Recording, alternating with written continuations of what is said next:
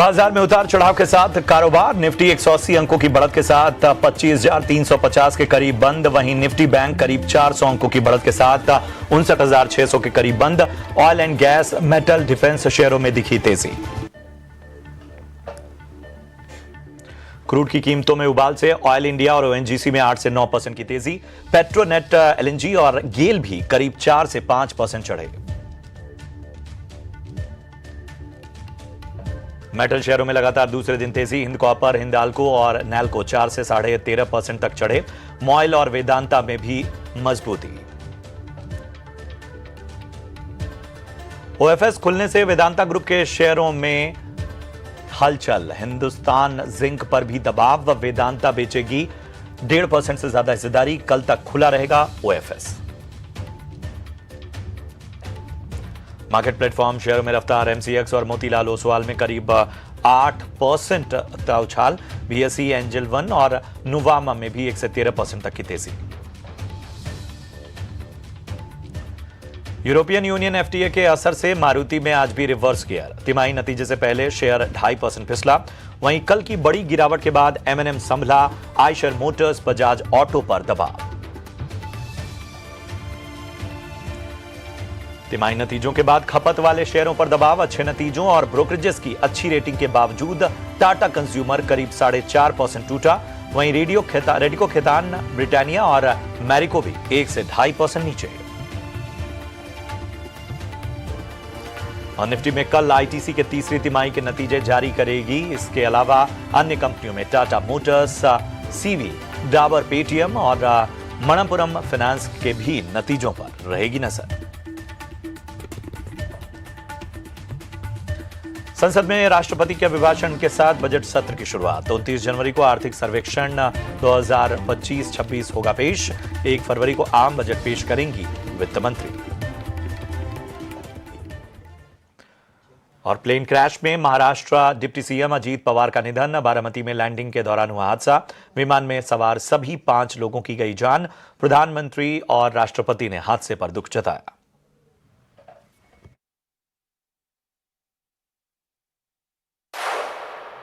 किस तरह की क्लोजिंग हुई? 25,350 के पास निफ्टी क्लोज हुआ। 167 अंकों की तेजी पर बंद हुआ। बैंक निफ्टी लगभग 400 अंकों की तेजी, 59,600 के पास बंद हुआ बैंक निफ्टी। तो निफ्टी और बैंक निफ्टी दोनों ही अच्छे स्तरों पर लेवल पर जो हैं वो आज क्लोजिंग लेते हुए नजर आए। वहीं अगर हम ब्रॉडर मार्केट की बात करें, मिड कैप और स्मॉल कैप की, तो मिड कैप में आज लगभग 1.5% की तेजी हमें देखने को मिली और स्मॉल कैप में भी आज हरे निशान में कारोबार होता हुआ नजर आए। यहां तो 2.25% तक का उछाल स्मॉल कैप शेयरों में देखने को मिला। अगर हम निफ्टी के गेनर्स की लिस्ट आपके सामने लाएं तो आप देखेंगे भारत इलेक्ट्रॉनिक्स लिमिटेड, बीईएल, यहां लगभग 9% की तेजी हमें देखने को मिली। इसके अलावा ओएनजीसी यहां पर 8.5% की मजबूती। कोल इंडिया 5% मजबूत होता हुआ नजर आया। इटर्नल यहां पर लगभग 5% की तेजी हमने देखी। हिंडाल्को, बजाज फाइनेंस में भी 2 से लगभग 3.5% तक की तेजी हमने देखी। दबाव रहा टाटा कंज्यूमर पे, निफ्टी का टॉप लूजर बना टाटा कंज्यूमर। लगभग 4.5% से ज्यादा की गिरावट हमें टाटा कंज्यूमर में नजर आई। इसके अलावा एशियन पेंट 4.25% ये गिरकर बंद हुआ। मारुति सुजुकी लगभग 2.5% यहां पर क्लोजिंग हुई। मैक्स हेल्थ केयर लगभग 2.25% गिरकर बंद हुआ। सन फार्मा लगभग 3.25% की गिरावट यहां नजर आई। डॉक्टर रेड्डीज लगभग 1.5% गिरा। आयशर मोटर्स में भी 2.25% से ज्यादा की गिरावट रही। एडवांस डिक्लाइन रेशियो बहुत ही शानदार रहा। आज 2278 शेयर आज ऐसे थे जो कि हरे निशान में बंद हुए और 678 शेयर ऐसे थे जो कि आज लाल निशान में क्लोजिंग लेते हुए नजर आए। तो ये था बाजार का पूरा ब्यौरा। और अब स्नेहा जी, मैं आपके पास आऊंगा तमाम और लेकिन टेक्निकल लेवल्स जानने के लिए सबसे पहले नीलेश जी भी हमारे साथ जुड़ चुके हैं, टेक्निकल एनालिस्ट हमारे साथ सेंट्रम ब्रोकिंग से। Thank you so much Nilesh, अपना कीमती समय देने के लिए। बताइए, बाजार ने तो आज अच्छा रुझान कहीं ना कहीं दिखाया। यहाँ से अब बाजार को कैसे देखते हैं टेक्निकल लेवल्स पे? कल जो लोग बाजार में उतरे उन्हें किन लेवल्स का ध्यान रखना चाहिए? Very good afternoon. बिल्कुल देखिए, बहुत ही शानदार कमबैक रहा Nifty bank Nifty, in fact across all indices काफी अच्छा पुल बैक हमें आज देखने को मिला। अगर हम निफ्टी की बात करें तो अब जिस हिसाब से आज का सेशन ओवरऑल स्पेन आउट हुआ, निफ्टी अपने 200 day long term moving average के ऊपर टिकता हुआ नजर आया। यहाँ से मुझे ऐसा लग रहा है कि निफ्टी में और भी 150 से 200 पॉइंट की फॉलोअप में हमें ऊपरी स्तर पर देखने को मिल जानी चाहिए। 25,600 का इंपॉर्टेंट लेवल है जो कि 100 डे मूविंग एवरेज का रेजिस्टेंस है। एटलीस्ट यहाँ से वो लेवल छूता हुआ नजर आएगा निफ्टी इंडेक्स, तो ओवरऑल बाय एंड डिक्लाइन की रणनीति अपनानी चाहिए। 25,170 का इंपॉर्टेंट सपोर्ट है, उसको स्टॉप लॉस के तौर पर लेके कोई भी डिप मिलती है तब लॉन्ग ट्रेड लेके चल सकते हैं। सिमिलरली बैंक निफ्टी पर भी व्यू पॉजिटिव रखना होगा। 60,000 प्लस तक के लेवल देखने को मिल सकते हैं। 59,000 का एक इंपॉर्टेंट सपोर्ट है।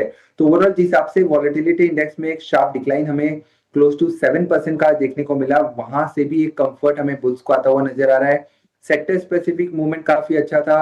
तो अहेड ऑफ द बजट एक प्री बजट रैली जिस हिसाब से हमें देखने को मिल रही है, तो ये जो मोमेंटम है वो अगले 2-3 दिनों तक कंटिन्यू होता हुआ नजर आ रहा है। चलिए, तो ये है राय आपको मिलती हुई निफ्टी और बैंक निफ्टी पे इस वक्त। बढ़ते हैं आगे और आपके सवालों को हम अपनी चर्चा में शामिल करेंगे। और पहला सवाल जो यूट्यूब पर आया है वो विजेंद्र सिंह का है और सीजी पावर पे राय जानना चाहते हैं। और इनके पास 700 के भाव पे स्टॉक है, लेकिन नजरिया इनका 6 महीने का है, इसलिए नीलेश आपके पास ही आना पड़ेगा। 6 महीने के हिसाब से सीजी पावर 700 की बाइंग कैसा लगता है आपको? हाँ देखिए, काफी ऊपरी स्तरों की खरीद है। अगले 6 महीने में शायद थोड़ा सा डिफिकल्ट होगा इस पर्टिकुलर काउंटर को रिबाउंड करना, बट यस ओवरऑल पोजीशन लिहाज से यहाँ पर हम थोड़ा सा ग्रेजुअल अपमूव देख के चल सकते हैं। एक अच्छी बात यह है कि 525 का एक मल्टी मंथ सपोर्ट है, तो वहां पर एक स्टॉप लॉस रख के लॉन्ग पोजीशन में बने रहें। थोड़ा सा और अगर समय दे तो डेफिनेटली यहाँ पर गोइंग फॉरवर्ड हमें एक रिबाउंड देखने को मिल सकता है जो स्टॉक को 700 प्लस तक ले जा सकता है। तो ये है राय आपको मिलती हुई और रणनीति जो है नीलेश जी ने आपको बताया। अगला सवाल सत्यवीर शर्मा साहब का है। बजाज फाइनेंस से इन्होंने खरीदा है, 400 की इनकी बाइंग है, 952 ये लेवल इन्होंने बताए हैं खरीदारी के। फिलहाल 6,740 रुपए का नुकसान हो रहा है। तो बजाज फाइनेंस, स्नेहा जी बताइए क्या राय बन रही है? 952 की बाइंग है। देखिए, बजाज फाइनेंस एक लॉन्ग टर्म पोर्टफोलियो स्टॉक है जिसे पोर्टफोलियो में बनाए रख सकते हैं। थोड़ी बहुत वॉल्टिलिटी इस काउंटर में डेफिनेटली देखने को मिलेगी, डिपेंडिंग अपॉन कि क्या नतीजे उस क्वार्टर में आते। बट ओवरऑल एक क्वालिटी स्टॉक है। इस क्वार्टर के नंबर्स अभी आने बाकी है, बट ओवरऑल एक good set of numbers expected है, स्पेशली जीएसटी रैशनलाइजेशन के बाद कंज्यूमर सेगमेंट को जो बूस्ट मिला है उससे कहीं ना कहीं नंबर्स में इनके पॉजिटिव इम्पैक्ट दिखने चाहिए। सो मेरी सलाह रहेगी कि आप इसे लॉन्ग टर्म के नज़रिए से होल्ड करिए एंड इसमें आपको अच्छे रिटर्न्स मिलने की उम्मीद हो सकती है। हम नजरिए से बने रहें, पोर्टफोलियो स्टॉक है। बढ़ते हैं आगे। अनंत झा साहब का सवाल लेते हैं और इनके 3 स्टॉक्स पे सवाल हैं और इन सवालों को अपनी चर्चा में हम शामिल करेंगे। आईआरबी इंफ्रा इन्होंने 61 के लेवल पे खरीदारी की हुई है। इसके अलावा केएनआर कंस्ट्रक्शन 295 की इनकी बाइंग है और एनसीसी इन्होंने 240 के भाव पे खरीदा हुआ है। बताएं नीलेश क्या राय होगी इन तीनों स्टॉक पे? आईआरबी इंफ्रा 61 की बाइंग, केएनआर कंस्ट्रक्शन 295 की बाइंग, एनसीसी 240। देखिए, फर्स्ट ऑफ ऑल अगर हम स्ट्रक्चर की बात करें तो तीनों ही स्टॉक का स्ट्रक्चर काफी वीक नजर आ रहा है। जिस हिसाब से इन्होंने खरीदारी भी काफी ऊपरी स्तरों पर की है और इतने लंबे समय से होल्ड करके चल रहे हैं, तो मैं ये मान के चल रहा हूँ कि लंबा नजरिया है इनका। एनसीसी सबसे पहले इस पर्टिकुलर स्टॉक का स्ट्रक्चर देखे तो 350 के हाई बने थे, उसके बाद लगातार यहाँ पर करेक्शन देखने को मिल रहा है। मोर देन 60% का करेक्शन हम ऑलरेडी देख चुके हैं, बस स्ट्रक्चर अभी भी वीक नजर आ रहा है। हो सकता है निचले स्तर पर 140-130 तक के भी लेवल देखने को मिल सकते हैं। अगर पोजिशनल नजरिया है तो यहाँ पर बने रहे, अन्यथा सेल ऑन राइज का स्ट्रक्चर है। सिमिलर स्ट्रेटेजी होगी आईआरबी में भी। इसका भी शॉर्ट टू मीडियम टर्म का स्ट्रक्चर वीक नजर आ रहा है। लगातार यहाँ पर हम गिरावट देख रहे हैं और फिलहाल जो सपोर्ट है वो 39 का है। वहां पर स्टॉप लॉस रख के अगर बने रहना चाहते हैं तो एक बार के लिए होल्ड करके चल सकते हैं। बट अगेन 45 एक इंपॉर्टेंट रेजिस्टेंस है, उसके ऊपर निकलना बहुत जरूरी है। उसके बाद हमें यहाँ पर एक फॉलोअप मूव ऊपरी स्तर पर देखने को मिलेगा। लास्टली केएनआर कंस्ट्रक्शन, इसका स्ट्रक्चर भी काफी वीक नजर आ रहा है। यहाँ पर भी सेल ऑन राइज का एंड ऑफ स्ट्रक्चर है। अगर बने रहना चाहते हैं तो 138 का स्टॉप लॉस लगाएं। एंड पुल बैक में अगर 160 170 के लेवल मिलते हैं तब बेहतर होगा कि आप यहाँ पर इस पर्टिकुलर काउंटर में से एग्जिट करके बेहतर विकल्प चूज कर सकते हैं। चलिए, तो ये है राय आपको मिलती हुई आपके स्टॉक्स पे। गणेश जी का सवाल लेते हैं और इन्होंने मैक्स हेल्थ केयर में खरीदारी की हुई है। 100 शेयर है इनके पास, 1342 ये लेवल है इनकी खरीदारी का, और आगे का नजरिया जानना चाहते हैं। काफी ऊपरी स्तरों पर इनकी खरीदारी है मैक्स हेल्थ केयर में। बताइए स्नेहा जी, क्या राय बन रही है? देखिए मैक्स हेल्थ केयर एक काफ़ी अच्छी स्टॉक है। इनफैक्ट अगर हम बोलेंगे तो हॉस्पिटल सेगमेंट में इन्होंने शॉर्ट टाइम में काफ़ी अच्छा स्केल अप भी किया है। इनकी एक बड़ी कैपेसिटी रिसेंट मंथ्स में ऑपरेशनल होगी, जिसके कारण थोड़ा सा इनके नंबर्स पे प्रेशर बिल्डअप होगा। और केवल मैक्स हेल्थ केयर के नहीं, बाकी हॉस्पिटल स्पेस में भी काफ़ी न्यू कैपेसिटीज ऑपरेशनलाइज होने वाली हैं इस साल, जिसके कारण ओवरऑल हॉस्पिटलिटी स्पेस में थोड़ी सी प्राइसिंग प्रेशर देखने को मिल सकती है। और इसी के कारण जो ओवरऑल इंडस्ट्री है वो थोड़ी सी अंडर परफॉर्म कर रही है। And at the same time जो मेडिकल टूरिज्म है वहाँ पे भी थोड़ा सा प्रेशर देखने को, स्लो डाउन देखने को मिल रहा है। So overall long term perspective से ये एक बहुत प्रॉमिसिंग सेक्टर है, बिकॉज मेडिकल टूरिज्म यहाँ से काफ़ी मल्टीप्लाई होने की उम्मीद रखता है। And at the same time जैसे जैसे लाइफस्टाइल डिजीजेज इंक्रीज होती जा रही है with young population and with nuclear family की जो ओवरऑल संख्या है वो जो बढ़ती जा रही है, तो एक थीम पर्सपेक्टिव से काफी चुनिंदा और अच्छा थीम है। बट नियर टर्म में थोड़ा प्रेशर देखने को मिल सकता है, क्योंकि जो जैसे मैंने बताया न्यू कैपेसिटी आने के कारण एक प्राइसिंग प्रेशर ये कंपनीज फेस कर रही है। तो अगर आप लॉन्ग टर्म नजरिया रख रहे हैं इसे 2-3 साल के पर्सपेक्टिव से, तो डेफिनेटली होल्ड कीजिए, नीचे के लेवल्स पे इसे एवरेज कर सकते हैं। अदरवाइज अगर शॉर्ट टर्म नजरिया है तो इसमें से निकल जाना बेहतर होगा। चलिए, तो ये है नजरिया आपको मैक्स हेल्थ केयर पे। प्रीतम जी का अगला सवाल है, नेशनल फर्टिलाइजर इन्होंने खरीदारी की है 235 के भाव पे इन्होंने खरीदा हुआ है, माफ कीजिएगा 235 शेयर हैं, और इनकी जो बाइंग प्राइस है वो 78 की है। 78 के लेवल पे खरीदारी इन्होंने की हुई है। क्या करना चाहिए नेशनल फर्टिलाइजर, कैसा लगता है नीलेश जी? देखिए खरीदारी इनफैक्ट इनकी काफी अच्छे लेवल पर है और जिस हिसाब से स्ट्रक्चर्स पैन आउट हो रहा है एक पुल बैक ट्रेड यहाँ पर हो सकता है। ज्यादा बड़ी अपसाइड नहीं, बट एटलीस्ट 90 से 92 रुपीज तक की अपसाइड देखने को मिल सकती है। तो फिलहाल के लिए करंट लेवल पर लॉन्ग पोजीशन को होल्ड करके चल सकते हैं। 79 का स्टॉप लॉस रखना होगा एंड 90 से 92 के अगर लेवल मिलते हैं तब वहां पर मुनाफा बांध सकते हैं। तो ये है राय आपको मिलती हुई, स्टॉप लॉस का आपको ध्यान रखना है। अरमान का सवाल लेते हैं, Tata motors commercial vehicle CV जी हैं, ये खरीदारी की हुई है 460 इनकी बाइंग प्राइस है, फिलहाल फायदे में है, और रिजल्ट से पहले जो है वो यहां पर हम देख रहे हैं कि अच्छी तेजी देखने को मिल रही है। हाल फिलहाल जो मदर ऑफ ऑल डील है, ऑटोमोबाइल सेक्टर को एक अलग तरह का बूस्ट उससे देखने को मिल भी रहा है। तो स्नेहा जी, टाटा मोटर्स सीवी 460 की बाइंग और करंट जो सिनेरियो है उसे देखते हुए क्या राय देंगे आप? टाटा मोटर्स सीवी को होल्ड कर सकते हैं। ओवरऑल जो सीवी साइकिल है वहां पे एक टर्न अराउंड हम विटनेस कर रहे हैं। At the same time Europe के साथ जो हमारी डील हुई है वो एक बहुत ही पॉजिटिव स्टेप है। तो डेफिनेटली टाटा मोटर्स को एक इससे बूस्ट मिलना चाहिए। एंड अभी तक टाटा मोटर्स की जो इंटरनल प्रॉब्लम थी कि वो मार्केट शेयर लूज कर रही थी, कहीं ना कहीं वो थोड़ी सी रिसेंट डेटा जो आई है मार्केट शेयर लूज करना इन्होंने जस्ट हॉल्ट किया है अभी। सो यहाँ से एक इम्प्रूवमेंट इनके नंबर्स में दिखना चाहिए।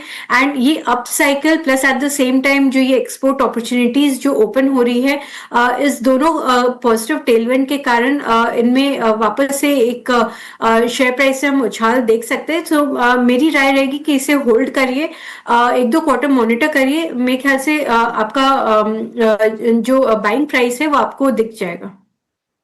चलिए, तो ये है राय आपको मिलती हुई टाटा मोटर्स कमर्शियल व्हीकल में। अब इतने ही सवालों को हम शामिल कर पाएंगे, लेकिन आप अपने सवाल हम तक पहुंचाइए, बढ़ेंगे आगे, लेकर आएंगे वीआईपी शेयर्स।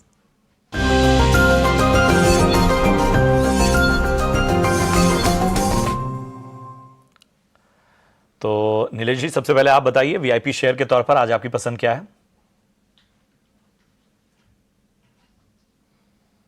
नीलेश जी, आप तक आवाज पहुंच रही है मेरी? स्नेहा, आप बताइए, वीआईपी शेयर के तौर पर आज आपकी पसंद? इंडियन बैंक बैंक ने बहुत ही अच्छे नतीजे Q3 के लिए डिक्लेयर किए, जहां पे ओवरऑल पैट में हमने 7% ग्रोथ देखा, मार्जिन्स काफी स्टेबल थे, लोन ग्रोथ काफी हेल्दी रहा, ओवरऑल जो एसेट क्वालिटी है वहां पे भी इम्प्रूवमेंट देखने को मिला। अगर PSU बैंक्स की हम बात करें तो उसमें वन ऑफ द बेस्ट इनकी प्रोविजन कवरेज रेशियो है। काफी स्टेडी नंबर्स हैं इनके क्वार्टर आफ्टर क्वार्टर, और इसके लिए यहाँ पे बैंक से जो हमारी एक्सपेक्टेशन है कि ROA 1.4% और ROE 17.8% तक बैंक ले जा सकती है FY 28 के एंड पे। इंडियन बैंक को रडार पे रख सकते हैं with a target price of 1025। मेरी दूसरी पिक रहेगी Samvardhana Motherson. Samvardhana Motherson one of the best auto and company है, एंड ये जो EU के साथ जो डील कंक्लूड हुआ है उसमें ऑटो एंड कंपनीज के लिए काफी बेनिफिट है। इनकी पोर्टफोलियो काफी वेल डाइवर्सिफाइड है, एंड ये प्रीमियमाइजेशन थीम और EV थीम से बेनिफिट करेंगे। EU डील के साथ जो प्रीमियम OEMs है यूरोप की, उनसे इन्हें काफी एक्सपोर्ट अपॉर्चुनिटीज इनके लिए खुल जाएगी। संवर्धना मदरसन को डेफिनेटली रडार में रखना चाहिए with a target price of 140। चलिए, तो संवर्धना मदरसन, इंडियन बैंक, इन दोनों को पसंद करती हुई स्नेहा। बताएं नीलेश जी, आपके रडार पे कौन से स्टॉक हैं? बिल्कुल, देखिए यहाँ पर जिस सेक्टर में हमें मोमेंटम देखने को मिल रहा है वो है रेलवे, डिफेंस। तो इन्हीं सेक्टर पर फोकस करने की सलाह होगी बजट से पहले। तो सबसे पहले डिफेंस की अगर हम बात करें तो shipping corporation of India SCI, ये पर्टिकुलर काउंटर हमें पसंद आ रहा है, क्योंकि पिछले 2 दिनों में काफी अच्छा बॉटम फॉर्मेशन यहाँ पे बनता हुआ नजर आ रहा है। काउंटर ने 200 के आसपास का काफी अच्छा सपोर्ट लिया है, तो यहाँ से एक फॉलोअप हमें इस पर्टिकुलर स्टॉक में देखने को मिल सकता है, जो शिपिंग कॉर्पोरेशन ऑफ इंडिया को 226 से 230 तक ले जा सकता है। पहला टारगेट 226, दूसरा टारगेट 230 का होगा। स्टॉप लॉस रखना होगा 214 का, और SCI को लॉन्ग करने की सलाह होगी। इसके अलावा जो दूसरा स्टॉक हमें पसंद आ रहा है वो है Jupiter wagon limited, JWL। Overall railway space में भी हमें काफी अच्छा मोमेंटम आज देखने को मिला। मेरा ये मानना है कि एक फॉलोअप हमें आने वाले सेशन में देखने को मिल सकता है, तो JWL में लॉन्ग पोजीशन बना के चल सकते हैं for the upside target of 340, and stop loss रखना होगा 315 का। पहला टारगेट 340 का होगा, दूसरा टारगेट 360 का होगा।